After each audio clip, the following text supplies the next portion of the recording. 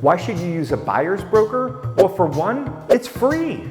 Buying real estate in New York City can be complex and difficult, even for the most seasoned Zillow fanatics. As a matter of fact, the National Association of Realtors notes that 87% of home purchases are done through a buyer's agent. While some purchasers elect to muddle their way through the process without representation in order to save a few bucks, an unrepresented buyer may actually be leaving money on the table. One reason to use a buyer's agent is access to information that you might not be able to find yourself. StreetEasy, Zillow, Realtor.com, they only have a fraction of the data that's actually out there. A seasoned buyer's broker should know everything going on in the neighborhood, not just what's on the market, but also what's coming on the market.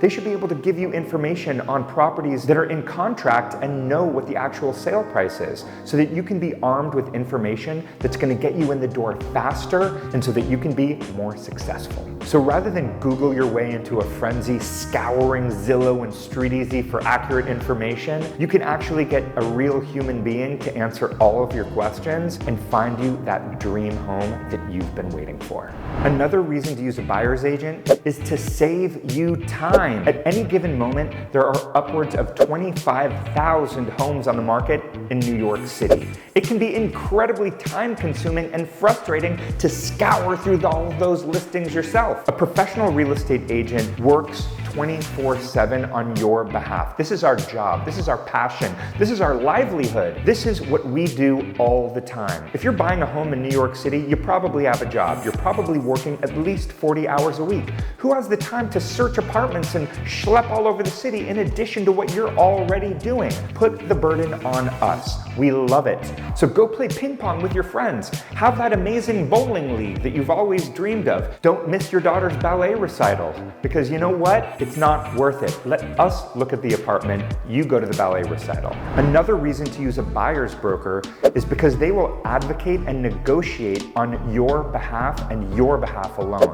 Know the term fiduciary duty. A fiduciary is someone who can only act on your behalf, make sure that your interests come first. A seller's agent has a fiduciary duty to their client, the seller, and they're going to use any information that you provide them, including income information, your interests. If they hear how excited you are about the apartment, they're going to relay all of that to the seller in order to squeeze more money from you and get more money for the seller. Sometimes buyers think that they might save a little extra money going to a listing as an unrepresented buyer. That is the biggest fallacy I've ever heard in my life. It's crazy. Why would a seller give a buyer a better deal simply because they didn't use a buyer's agent? As a matter of fact, you're going to spend the same exact amount for the property, but the agent will likely make more and the seller will definitely make more. People selling their homes aren't here to give a great deal to the buyers.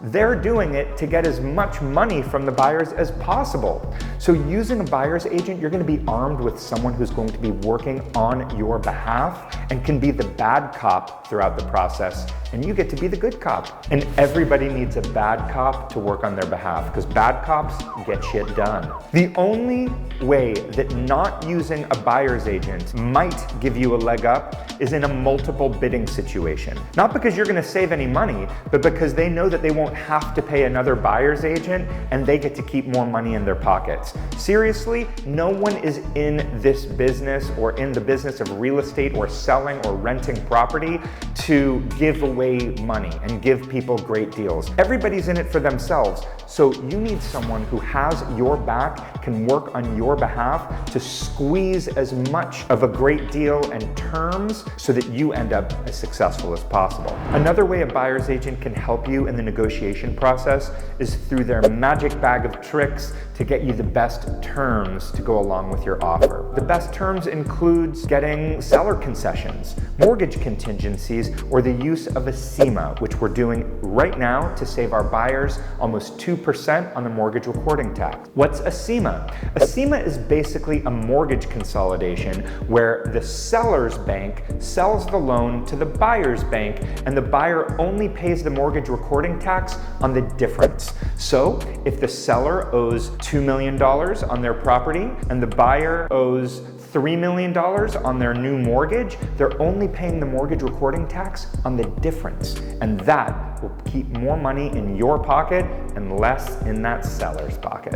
A buyer's agent will also be a buffer for all of the intense emotion and stress that comes with a home purchase. We're kind of like a therapist, but with fancier suits.